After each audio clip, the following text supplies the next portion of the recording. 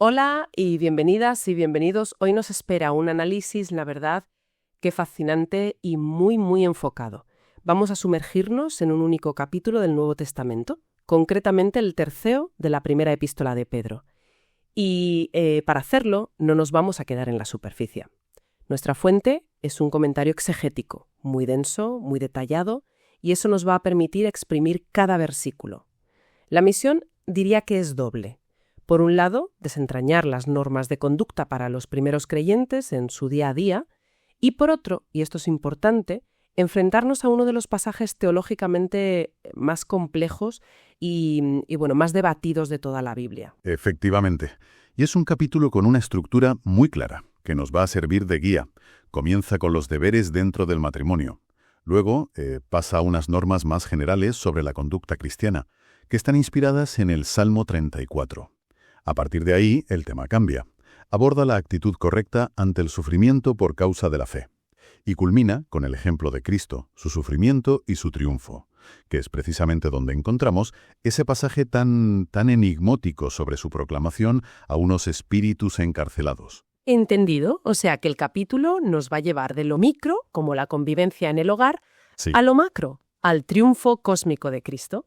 Será fascinante ver cómo el texto conecta esos dos mundos que, a primera vista, parecen tan distantes.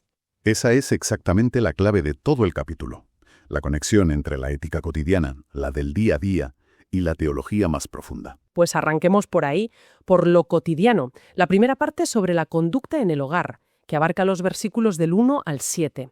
A ver, lo primero que llama la atención es el desequilibrio de espacio. Se dedican 6 versículos a las esposas y solo 1 a los maridos. Una podría pensar que es un poco desproporcionado, ¿no? A primera vista lo parece, sí, pero el contexto lo explica todo. El objetivo que persigue el texto es el buen testimonio, especialmente en hogares que eran religiosamente mixtos. La situación más común era una mujer que se convertía al cristianismo mientras su marido seguía siendo pagano. El consejo, por tanto, no es que les prediquen con insistencia, sino que puedan, y cito, ganarlos para el Señor a través de una conducta que sus maridos pudiesen observar día a día. Una conducta que el texto describe como pura y respetuosa. Claro. La atención se centra en ellas porque su vida se convertía en la principal herramienta de evangelización en ese entorno tan íntimo. Esa idea del testimonio silencioso es muy potente, pero también, culturalmente compleja de leer hoy. Cuando el texto pasa a hablar de la belleza interior frente al adorno exterior, menciona peinados ostentosos, joyas, vestidos lujosos, ¿busca anular la apariencia o es más bien reordenar las prioridades? Claramente es una reordenación de prioridades. No es una prohibición ascética del adorno, en absoluto. Es una llamada de atención sobre dónde reside el verdadero valor. El texto lo contrapone a la inmarcesible belleza de un carácter suave y apacible, que es lo que realmente permanece y lo que tiene valor ante Dios. Y para ilustrarlo pone el ejemplo de Sara, la esposa de Abraham. Un ejemplo que además tiene su miga, porque se dice que llamaba señora a Abraham como muestra de respeto. Exacto. Y lo fascinante, algo que la fuente subraya, es que si uno lee el Antiguo Testamento, el carácter de Sara no era precisamente perfecto. Tenía sus momentos de impaciencia, de celos. Sin embargo, el autor de la epístola elige resaltar su lado positivo, su fe y su respeto. Se presenta casi como una lección para el lector, ¿sabes? No te enfoques sistemáticamente en los defectos de los demás, sino en sus virtudes. Y aclara que ser hija de Sara no es un asunto de genealogía, sino de imitar esa buena conducta. Es muy interesante cómo se pone el foco en la conducta de ellas como un testimonio silencioso. Pero claro, esto era una calle de 2 direcciones. ¿Qué se les pide a los maridos? Porque el texto es increíblemente breve con ellos, solo un versículo. Un único versículo sí, pero de una densidad tremenda. Les pide 2 cosas que, a primera vista, parecen contradictorias. Por un lado, que sean comprensivos y las traten con respeto como a seres humanos más frágiles. Y por otro, las reconoce como coherederas del gratuito don de la vida. Ahí está la tensión. ¿Cómo se come eso de más frágiles, pero a la vez coherederas, en pie de igualdad? Pues la explicación que ofrece el comentario es que el término griego para más frágil o más débil se refiere principalmente a una constitución física, en general menos robusta. La fuente también apunta a una posible connotación de mayor vulnerabilidad emocional que requeriría protección, no dominación. Pero esta idea, que podría malinterpretarse como una justificación de superioridad, es demolida de inmediato por la siguiente frase. Son coherederas. Son coherederas, exacto. En lo que respecta a la salvación y a la vida espiritual, la igualdad es absoluta y radical. No hay ciudadanos de primera y de segunda en el plano espiritual. Y esto no es solo una declaración teórica, tiene una consecuencia práctica y espiritual, demoledora. El versículo termina advirtiendo que, si no hay esa comprensión y respeto mutuo, sus oraciones son obstaculizadas. Esa metáfora del desvío en el tráfico hacia el cielo es brutal. Convierte un conflicto doméstico en un problema de infraestructura espiritual. Pone en juego algo inmenso. La discordia en casa crea, por así decirlo, una interferencia en la línea directa con Dios. Totalmente. Orar juntos en una situación de rencor no resuelto se convierte, según esta lógica, en un acto de hipocresía. La comunicación vertical con Dios depende directamente de la calidad de la comunicación horizontal entre ellos. Y a partir de esta base en el hogar, el texto amplía el foco a la conducta cristiana en general. Exacto. En los versículos 8 al 12 se nos da un resumen de cómo debe ser esa vida en comunidad. Armonía, compasión, afecto fraternal, humildad. Y una instrucción muy concreta y muy difícil. No devolver mal por mal, ni insulto por insulto. Al contrario, responded siempre con bendiciones. Y aquí la fuente nos anima a saborear la riqueza de los términos griegos originales, porque son muy gráficos. Armonía es homófrones, que es literalmente de un mismo sentir. Pensar y sentir en la misma longitud de onda. Compasión es sympatheis, que es mucho más que sentir lástima, es padecer con el otro. No más fuerza. Y luego usa Philadelphoi, el amor entre hermanos, y eusplangnoi para la misericordia. Estra, ese último suena muy interesante. ¿Qué significa literalmente? Literalmente significa de buenas entrañas. Proviene de la idea antigua de que las emociones más profundas, como la compasión, residían en las vísceras. ¡Qué imagen tan potente! De buenas entrañas. No habla de una empatía puramente mental, sino de algo visceral, que se siente en el cuerpo. Eso le da una dimensión completamente diferente a la idea de ser compasiva. Sin duda. Y toda esta sección se apoya en una cita del Salmo 34, pero con una adaptación muy reveladora. El Salmo prometía a los justos una recompensa terrenal, una vida larga y próspera. Pedro toma esas mismas palabras, pero les da un sentido escatológico. La vida que se busca no es solo la longevidad, sino una vida plena, con propósito. Y la bendición que se hereda no es material, sino la bendición eterna. De nuevo conecta lo práctico con lo trascendente. Y esa conexión se vuelve todavía más intensa en la segunda mitad del capítulo, cuando entramos de lleno en el tema del sufrimiento, a partir del versículo 13. El texto empieza con una pregunta que parece casi ingenua. ¿Quién os va a hacer daño si sois entusiastas de hacer el bien? Pero enseguida, claro, choca con la realidad. Con todo, si padecéis a causa de vuestra rectitud, felices de vosotros. Es una forma de decir que, desde la perspectiva del mundo, sufrir es un daño, pero desde la perspectiva de la fe, no lo es. De hecho, la palabra griega que se traduce como felices es makarioi, que tiene un significado más profundo. Algo así como gozar de un alto privilegio o ser objeto de la bendición divina. Sufrir por hacer lo correcto se reinterpreta como una forma de identificarse con Cristo, de participar en sus padecimientos. No es un motivo de vergüenza, sino de honor. Y ante esa posibilidad de persecución, da un consejo muy práctico. No tengáis miedo. Santificad en vuestros corazones a Cristo como Señor.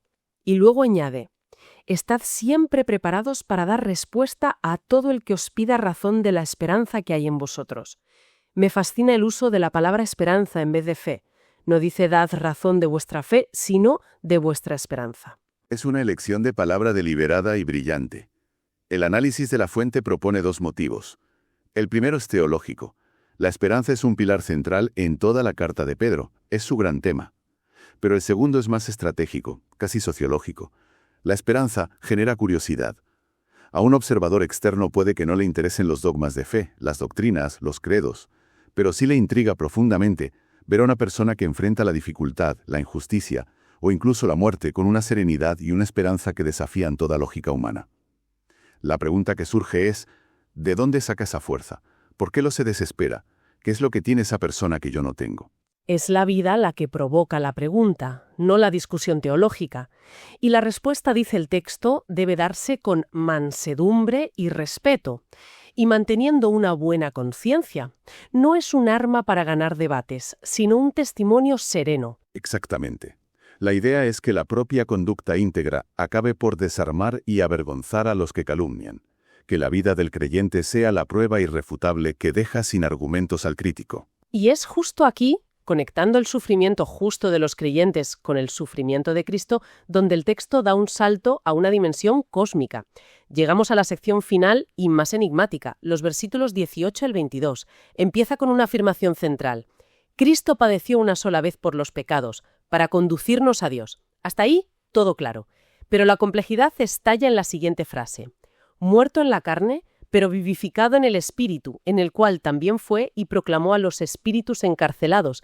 ¿Qué es esto? Pues estamos ante uno de los pasajes más debatidos y difíciles de interpretar de todo el Nuevo Testamento.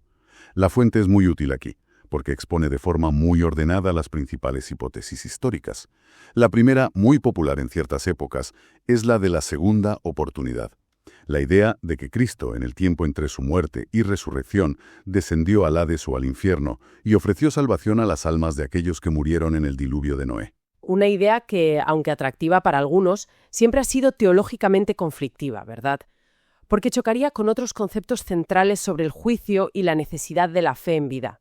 Tiene sentido que la fuente la descarte. Efectivamente, el comentario la descarta por falta de apoyo en el resto de las Escrituras. Una segunda hipótesis es la de la proclamación de victoria. En esta visión, Cristo sí desciende al mundo de los muertos, pero no para ofrecer salvación, sino para anunciar su triunfo definitivo sobre el pecado, la muerte y las fuerzas del mal a esos espíritus encarcelados. Es una proclamación de juicio y victoria, no de evangelio. Vale, esa ya es diferente. Pero mencionas una tercera, que la fuente considera más probable. Así es. La tercera interpretación, cambia el marco temporal por completo. Sostiene que el pasaje no se refiere a un evento ocurrido entre la muerte y la resurrección de Cristo, sino que habla del Cristo preencarnado. La idea sería que Cristo, a través del Espíritu y usando a Noé como su portavoz, predicó a la generación del diluvio. Esa gente, por su desobediencia, se encuentra ahora, en el momento en que Pedro escribe, en la condición de espíritus encarcelados. Si aceptamos esa tercera interpretación, la imagen cambia por completo. No es un viaje de Cristo al inframundo, sino una afirmación de que el mensaje de Dios, el mensaje de Cristo, ha estado activo en la historia desde mucho antes de la encarnación. ¿Qué implicaciones tiene eso? Implica una visión de la actividad de Cristo mucho más amplia y continua, a lo largo de toda la historia de la salvación. Pero claro, esto nos lleva a otra pregunta inevitable.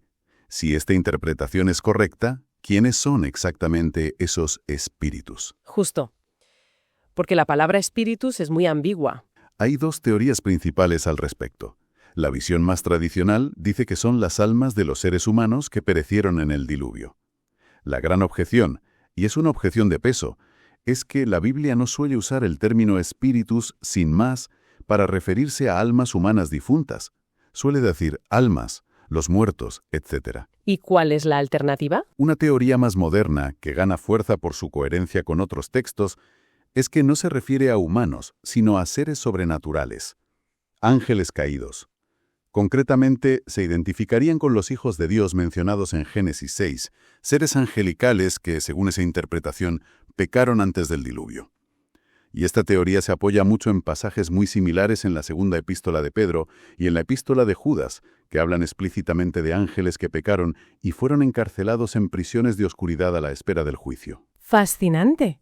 Y esta conexión con el diluvio y Noé sirve de puente para la siguiente imagen que usa el texto, el arca y el bautismo. ¿Cómo se relacionan el juicio del diluvio y un rito cristiano? Se relacionan a través de lo que en teología se llama tipología. Un tipo es una persona, evento o institución del Antiguo Testamento que prefigura una realidad mayor en el Nuevo Testamento. Y esa realidad mayor es el antitipo. En este caso, el agua del diluvio, que fue un instrumento de juicio y destrucción para el mundo impío, Sí. fue al mismo tiempo el medio de salvación para Noé y su familia, porque fue esa misma agua la que levantó el arca por encima de la muerte. Esa agua es el tipo. Y el bautismo sería el antitipo. Exacto. El bautismo es la realidad a la que apuntaba esa figura. Y el texto es muy cuidadoso al explicar qué es y qué no es el bautismo. Aclara que no se trata de una limpieza física, no es la eliminación de suciedad de la carne, sino algo mucho más profundo, la apelación de una buena conciencia hacia Dios. El comentario apunta que la palabra griega usada aquí, eperótema, tiene connotaciones legales o contractuales, como las preguntas y respuestas formales en la firma de un contrato o posiblemente en los ritos bautismales de la iglesia primitiva. Es un compromiso consciente. Es decir, que el valor no está en el todo físico del agua, sino en la realidad espiritual que representa, una conciencia limpia y un compromiso con Dios, y todo ello hecho posible mediante la resurrección de Jesucristo. Precisamente. La resurrección es el motor que da eficacia a todo. Y eso nos lleva directamente al clímax del capítulo, el versículo final, el 22, que cierra el círculo. Hables, ángeles, autoridades y poderes les son sometidos. Esta es la victoria cósmica final que fundamenta todo lo dicho anteriormente. La capacidad de un creyente para tratar bien a su cónyuge o para responder con una bendición a un insulto no nace de un simple esfuerzo moral, sino que está anclada en esta realidad. Su Señor es el soberano del universo. Hemos hecho un recorrido increíble. Empezamos con consejos sobre peinados y el respeto en el matrimonio, y hemos terminado con la sumisión de todos los poderes cósmicos a Cristo. Vuelvo a la pregunta del principio. ¿Cuál es la conexión profunda? La conexión es una visión del mundo extraordinariamente coherente. Nos muestra que no hay separación entre la vida pequeña, la del día a día y las grandes verdades teológicas.